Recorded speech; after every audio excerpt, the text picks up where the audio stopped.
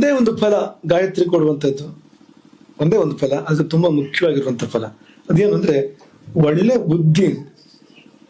ಒಳ್ಳೆ ಬುದ್ಧಿ ಇದನ್ನು ನಾವು ಸದಾ ಹೇಳ್ತಾ ಇರ್ತೇವೆ ಜೀವನದಲ್ಲಿ. ಇದನ್ನ ಕೇಳಿ ನೀವು, ಸಂಪತ್ತನ್ನು ಕೇಳಬೇಡಿ ಅಥವಾ ಶಕ್ತಿಯನ್ನು ಕೇಳಬೇಡಿ, ಬುದ್ಧಿಯನ್ನು ಕೇಳಿ. ಯಾಕೆಂದ್ರೆ ಸಂಪತ್ತು ಬಹಳ ಇದೆ, ಶಕ್ತಿಯು ಬಹಳ ಇದೆ, ಒಳ್ಳೆ ಬುದ್ಧಿ ಇಲ್ಲ ಅಂದ್ರೆ ಅದೇ ರಾವಣಾಸುರ. ರಾವಣ ಅಂದ್ರೆ ಏನು? ಅವನು ಕನಕಲಂಕಾಧೀಶ್ವರ ಅಂದ್ರೆ ಅವನ ಸಂಪತ್ತಿಗೆ ಅವನು ಕೊರತೆ ಇಲ್ಲ. ಸ್ಫಟಿಕದ ಸ್ತಂಭಗಳೋ ಅಥವಾ ಮುತ್ತಿನ ಕಿಟಕಿಗಳೋ ಇದ್ದಂತ ಒಂದು ಊರಿನ ಒಡೆಯ ನೋಡಿ ಅವನು. ಹಾಗಾಗಿ ಸಂಪತ್ತಿಗೆ ಕೊರತೆ ಇಲ್ಲ ಅವನಿಗೇನು. ಹಾಗೆ ಶಕ್ತಿಗೂ ಕೊರತೆ ಇಲ್ಲ. 14 ಲೋಕಗಳನ್ನ ತಲ್ಲಣಗೊಳಿಸುವಂತ ಶಕ್ತಿ ರಾವಣನಿಗಿತ್ತು. ಮತ್ತೇನ್ ಕೊರತೆ ಅಂದ್ರೆ ಬುದ್ಧಿ ಇಲ್ಲ. ಬುದ್ಧಿ ಇಲ್ಲ ಅಂದ್ರೆ ಬುದ್ಧಿ ಇಲ್ಲ ಅಂತಲ್ಲ, ಒಳ್ಳೆ ಬುದ್ಧಿ ಇಲ್ಲ. ಪ್ರಪಂಚಕ್ಕೆ ಒಳ್ಳೇದ್ ಮಾಡುವಂತ ಬುದ್ಧಿ, ತನಗೆ ಒಳ್ಳೇದ್ ಮಾಡಿಕೊಳ್ಳುವಂತ ಬುದ್ಧಿ ಇಲ್ಲ ನೋಡಿ. ಹೀಗಾಗ್ಬಿಡ್ತಾನೆ ಮನುಷ್ಯ. ಹಾಗಾಗಿ ಬೇರೆ ಯಾವ್ದು ಇಲ್ಲದೆ ಇದ್ರೂ ಕೂಡ ಒಳ್ಳೆ ಬುದ್ಧಿ ಹೊಂದಿರ್ಬೇಕು. ಅವನ ತಮ್ಮ ಕೇಳಿದವರ, ವಿಭೀಷಣ ಕೇಳಿದವರ, ಧರ್ಮದಿಂದ ನನ್ನ ಮನಸ್ಸು ಚಲಿಸಬಾರ್ದು. ಅದೇ ಗಾಯತ್ರಿ ಅಂದ್ರೆ ಅಂತ.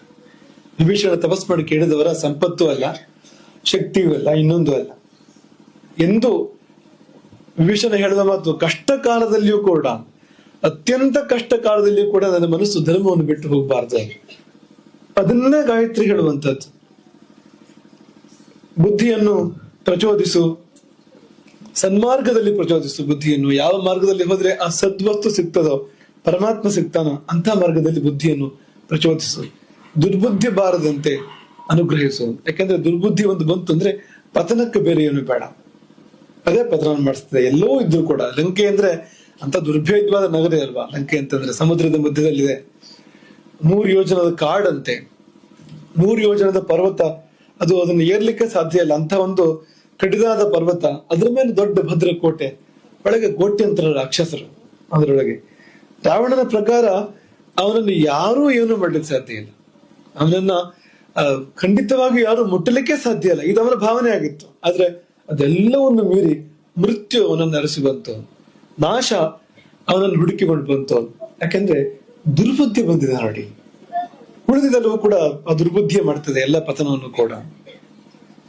ಹಾಗೆ ಸದ್ಬುದ್ಧಿ ಒಂದು, ಒಳ್ಳೆ ಬುದ್ಧಿ ಒಂದು ಬಂತು ಅಂದ್ರೆ ಮತ್ತೆ ಒಳ್ಳೇದಾಗ್ಲಿಕ್ಕೆ ಬೇರೆ ಏನು ಬೇಡ, ಅದೇ ಮಾಡ್ತಾ ಹೋಗ್ತದೆ.